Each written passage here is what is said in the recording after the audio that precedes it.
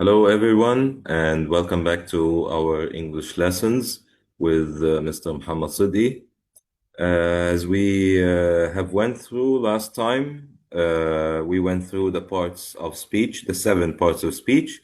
And if you haven't seen that video, you can go back to our previous video and watch it, just to get an explanation about the parts of speech, the 7 parts of speech that we're having. And today we're going deep into the parts of speech that we have went through before, and we're going through the first part of speech, which is the nouns. Now, there is 7 types of nouns, and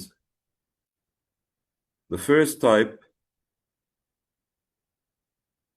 is proper. It's the 7 types are proper nouns, common nouns, abstract, concrete, collective, and countable and non-countable nouns. Now, these are the 7 types of noun. Now, before we get to that point, we need to remember or refresh our minds about what is a noun. Now, we said before that a noun, it's a word that names a place, a person, an object, or an idea. And here we have different examples, and of course you can think about more of these ones. Now, the examples that we're having, if the noun is naming a person, so here we have teacher, doctor, Muhammad, John, Mark. All of these are considered as nouns naming a person. Now, in regards to the nouns naming places, such as a name of a country, Egypt, or school, park, museum, whatever the kind of place that you might have in mind. Now, in regards to the objects or the things, now we're referring to an object. So a chair, a table, a book, a laptop, a car, all of these are considered as an object. So it's something that I can deal with the 5 senses. Now, on the other hand, we have the idea, which is something that I can understand or I need to understand using my mind. Now, those are the 7 parts of speech that we have just mentioned, which is the proper nouns, the common nouns, abstract, concrete, collective, countable, and uncountable nouns. Now, let's go deep into each type of these nouns. The first thing that we're having is the proper nouns. And if we're referring to a proper noun here, so we're referring to a specific name of people or places or objects. So we need to start this word with a capital letter. So it always starts with a capital letter. Now, examples for this are the name of Ahmed, for example, or John, Mark, let's say whatever name that you might have in mind, that would be a proper noun because you're calling a certain person or a specific person. That's why it's considered a proper noun. Now, if we're referring to a city, for example, such as London, Paris, Rome, Cairo, all of these are considered cities, but we're referring to a specific place. So that's why it's considered a proper noun. Now, the Nile, Microsoft, that's the name of a company. Again, we're referring to a specific name of a company or a place. An example for this, Ahmed visited London last summer. Now we can see that we have 2 proper nouns here, which is Ahmed and London. Moving to the second type, which is the common nouns. Now, that's the opposite for the proper noun. If we have just mentioned that the proper noun, it explains or it refers to a specific item or a specific person or place. Now, on the other hand, the common nouns are referring to common things, whether they are people, places, or even objects. Now, we have the example here, Ahmed, in the proper nouns. And if we can see the common noun for it, it will be man or boy. And we can say, for example, Mary or Sarah. Now, those names can be replaced with a common noun, which is girl or woman. Yes, exactly. Now, we have also river or company, the same as we referred to Microsoft.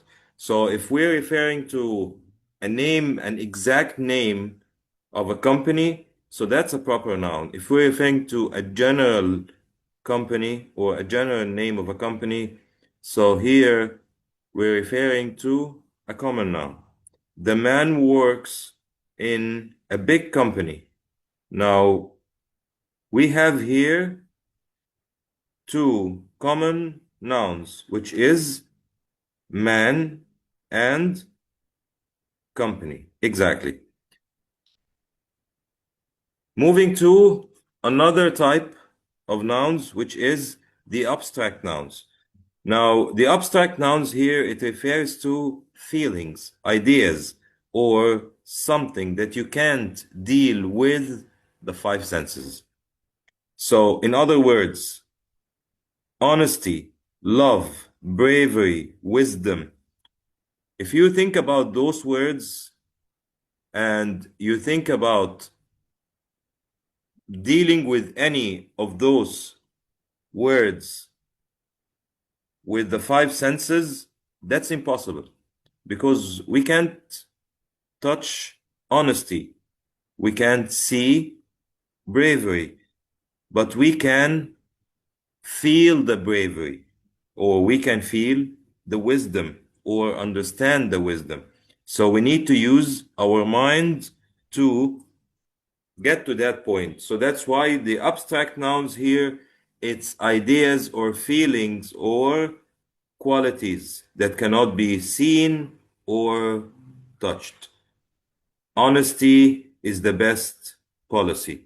Honesty here, that's the abstract noun.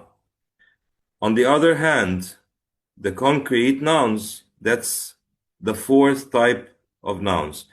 The concrete noun, it refers to things that you can deal with the five senses.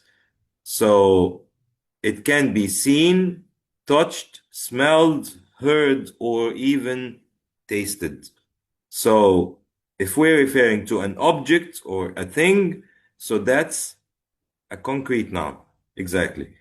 So apple, dog, music, perfume, all of these is considered as concrete nouns because they can be tasted like apple, it can be seen and heard like dogs, can be heard also like music, perfume can be smelled. So I can deal with any of these using my five senses. Now, the dog barked loudly. Dog is a concrete noun. Moving to another type here, which is the collective nouns. Now, a collective noun here, it's referring to a group of people. Now, it's one word, it's a noun that's made up of one word, but it's referring to a group of people. So here, the collective noun, it refers to a team or a flock or family or class. Because simply, if you think about any of these examples, a team, have you ever seen a team that's made up of one person? That's impossible. There must be at least two to be considered as a team. The same for a family. If you consider a family. So the family must be at least made up with more than one person. So that's why the collective noun, it's a noun that refers to a group of people, but those group of people are being referred to by a single word. So another word that we can refer to is the word army. For example, the army, it's made up of a lot of soldiers. The word group, that's a word that refers to a collective noun. The team won the championship. So here we have the word team to be considered as a collective noun. Moving to the following type of nouns, which is the countable nouns. And the countable nouns, it can be used as a singular or plural form, or it have two forms, which is the singular or plural based on what you're referring to. Now, the countable nouns, it's things that you can count. Things that you can count. So it's simply book, car, child, chair, table. All of these are considered countable nouns because I can count how many of these exist. There are 3 books on the table. Now I have here the word books. It's used as a countable nouns, and it's also a concrete noun. Yes, exactly. And we have another concrete noun, which is table. Exactly. Yes. Moving to the last type that we're having, which the uncountable nouns, which is the things that you can't count. Things that you can't count. And simply those things never have a plural form because it's something that you can't count. So how come it's going to be, or it's going to have a plural form? As long as you can't count this item as a singular or as a single thing or a group of things, so here it can't be, or it can't have a plural form. So the uncountable nouns cannot be counted and have no plural form. Now, water, sugar, air, information. Think about those examples and you can see that you can't count any of these. You can't count how many drops of water you have, or you can't count how many sugar that you have. You can't count air. So that's why it's an uncountable nouns. There is no sugar left in the jar. So here I'm referring to sugar as an uncountable nouns. Now that's a review that you can go through it quickly, which is identify the type of nouns in each sentence. Now, the first sentence, Cairo is a beautiful city. We have 2 nouns in the first sentence, which is Cairo, and it's a proper noun, and the word city is a common noun. Number 2, the class is reading a novel. Now, we have here the word class used as a collective noun, and the word novel, it's used as a countable concrete noun. Number 3, honesty is a rare quality. Now, we have here the word honesty and the word quality. Now, if you can see those 2 nouns, honesty is an abstract noun, yes, and quality is the same. I need some water, so here we have an uncountable nouns.